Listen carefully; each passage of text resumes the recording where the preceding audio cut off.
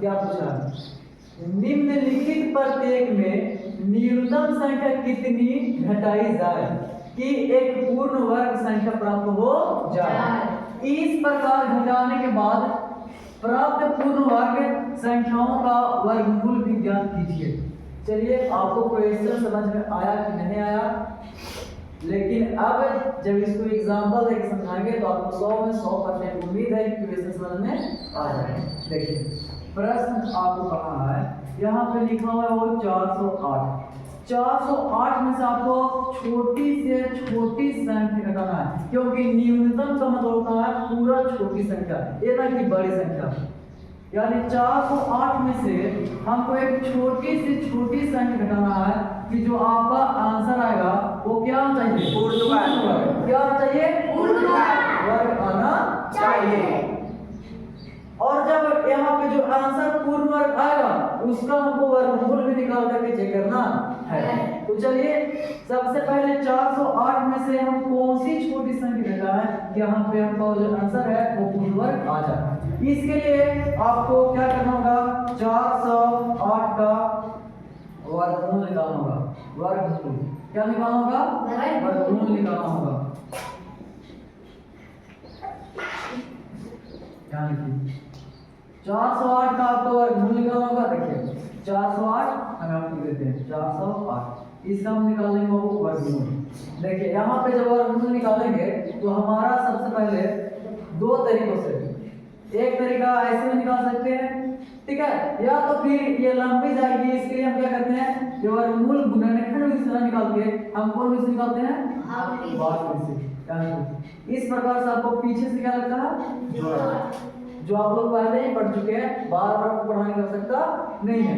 यहाँ पे हम कौन संख्या से गुना करें उसी में क्या हमारा 4000 2 से 2 से हम लग जाएगा, 2 से 2 में गुना करेंगे तो 4। देख लीजिए, 4 में से 4 आएगा खत्म। ये सारा विषय में क्या होती है? जोड़ना। 2 और 2 4, तो ऊपर से 0 0 अब 4 में हम कौन संख्या से गुना करेंगे? यदि हम 1 से करेंगे तो नीचे भी 1 दोनों साइड करना होगा ना, ऊपर से दोनों।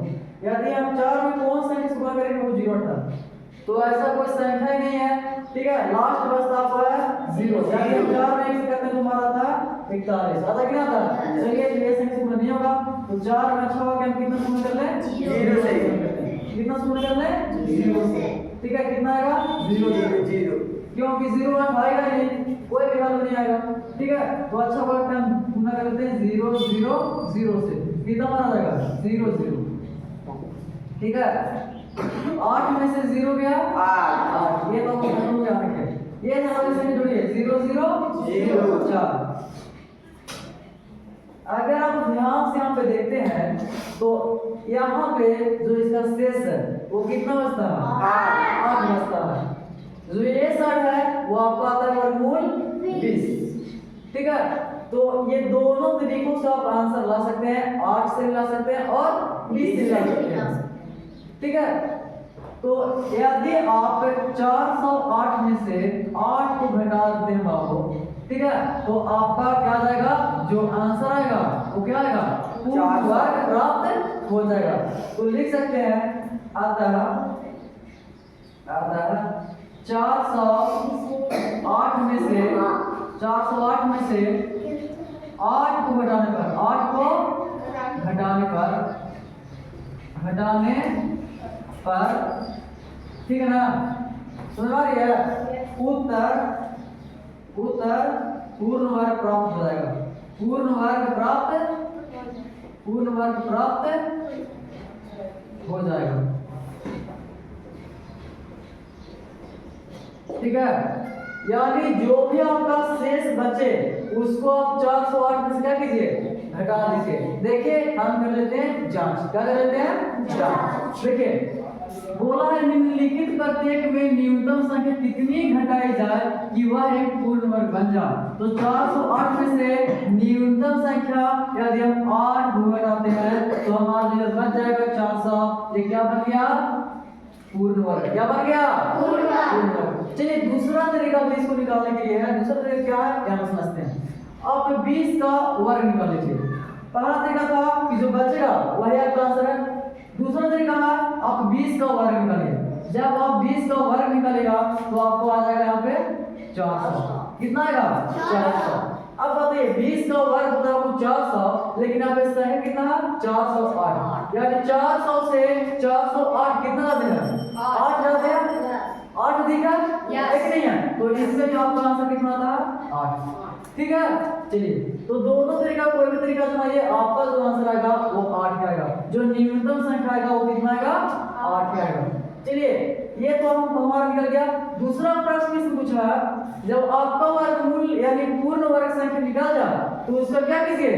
वर्गमूल भी निकालिए, ये कहा। ठीक है, तो हम 400 का वर्गमूल निकाल लेते हैं। ये तो हो गया था। चलिए इसको निकालते हैं।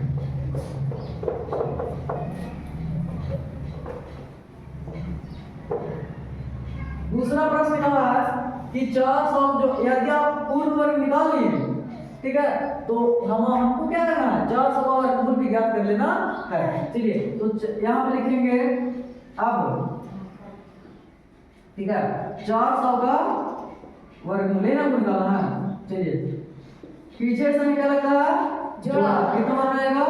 2 2 गुना 4। ये सरल से करते हैं। 4 में 4 गया 0, खत्म हो गया। 2 और 2 4। ऊपर से डबल 0। अब तो 4 में कितना से गुणा करेंगे? डबल 0 से 0 से गुणा करेंगे, करेंगे नहीं करेंगे? तो हमारे पास संख्या आएगा डबल 0 आएगा। चलिए ये होगा खत्म।